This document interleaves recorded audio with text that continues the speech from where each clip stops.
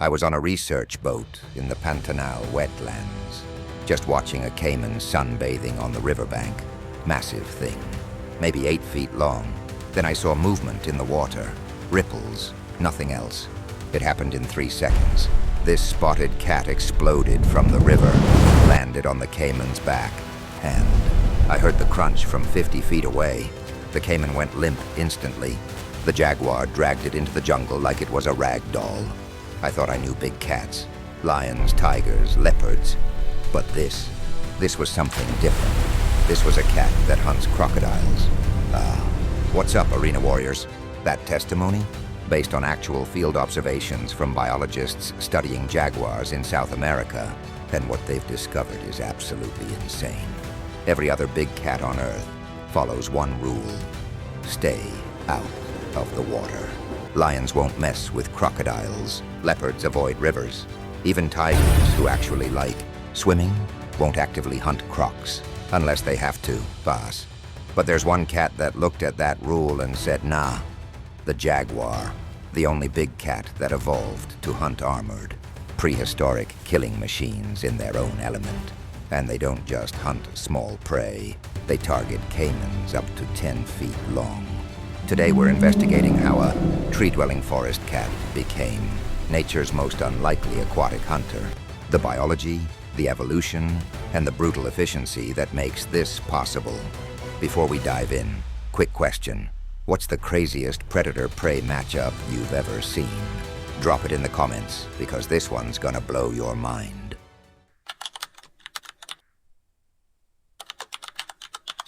All right, let's rewind about 1.5 to 2 million years. The jaguars' ancestors crossed the Bering land bridge from Asia into North America during the Pleistocene.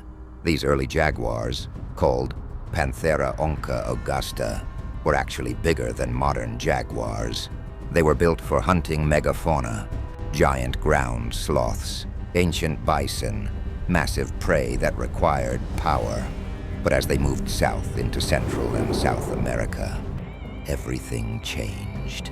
The landscape went from open plains to dense rainforest, from dry ground to endless rivers and swamps. And the prey? Completely different. Instead of big mammals running across open ground, they found heavily armored creatures living in and around water.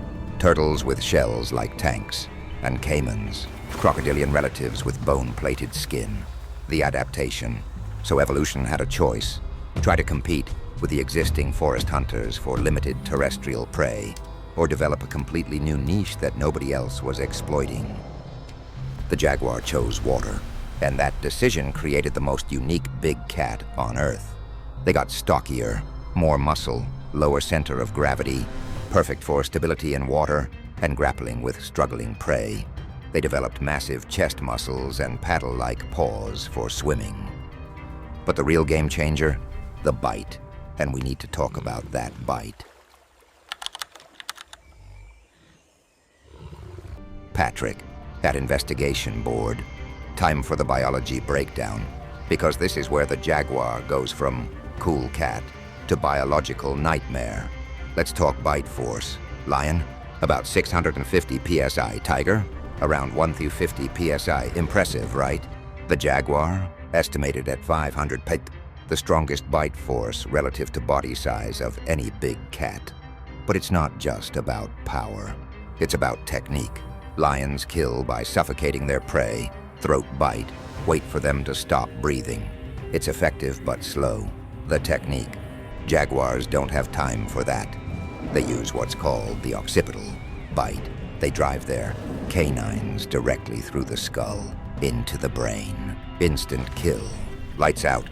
Look at the hardware that makes this possible. The jaguar's skull is a block of bone and muscle.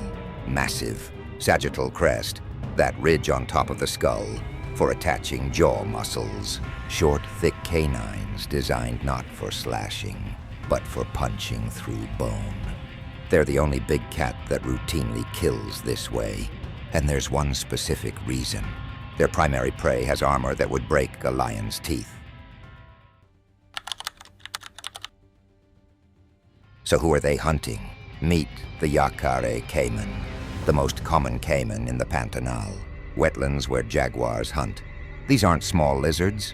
Males grow up to 8 or 9 feet long and weigh around 130 pounds. They're covered in osteoderms, literal bone plates embedded under their skin. It's biological chainmail. Their bite force? Around 2,000 PSI. They can snap bones like twigs. They're perfectly adapted ambush. Predators that have ruled these waterways for millions of years. The power dynamic. And there's the black caiman, the real monster. These things can hit 16 feet long and weigh over 1,000 pounds. They're apex predators that eat everything from fish to tapirs. So how does a 200-pound cat hunt these armored dinosaur relatives? By breaking every rule in the big cat playbook. Let me walk you through an actual jaguar hunt caught on camera. This is pure predator efficiency. Phase 1, the approach. The jaguar spots a caiman basking on a riverbank. It doesn't charge. It calculates. It enters the water upstream, swimming with just its head above the surface. Barely a ripple. It's using the current and the murky water as cover. The caiman has no idea death is gliding toward it. Phase 2, the strike. The jaguar closes to within 10 feet. Then, explosion. It launches from the water onto the caiman's back before the reptile can react. Now here's where that low center of gravity pays off. The caiman tries to roll, its main defense, but the jaguar stays mounted like it's riding a mechanical bull. Phase 3, the kill. And this is the moment everything comes together. The jaguar positions its head, targets the back of the skull, and crunch. Meno from here at PSI drives those thick canines through bone plates and into the brain. The caiman goes limp in seconds. The fight's over before it even starts. Then the jaguar drags 130 pounds of dead weight up a muddy riverbank like it's nothing. That's not just strength. That's specialized evolution perfected over millions of years. And so let's talk about what this means. Is the jaguar the ultimate big cat? The honest assessment. In terms of raw power and bite force relative to size, absolutely. No other big cat comes close to that skull-crushing capability. But here's the thing.